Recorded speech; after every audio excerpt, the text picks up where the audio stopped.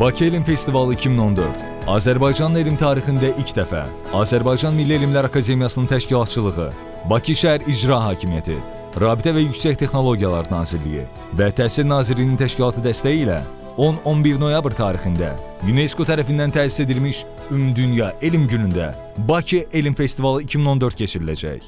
Festivalda son illər ölkə alimlərinin dünyada qəbul olunmuş elmi nailiyyətləri, gənc alimlərin elmin bütün sahələri üzrə çıxışları, yaradıcılıq emalatxanaları, interaktiv sərgilərdə tanışlıq, elmi laboratoriyalara ekskursiyalar, yeni elmi nailiyyətləri özündə əks etdirən cəlb edici şoular, Akademiyanın müəssisə və təşkilatlarına aid elmi populyar filmləri, yeni elmi texnoloji və innovativ nailiyyətlər də təqdim olunacaq.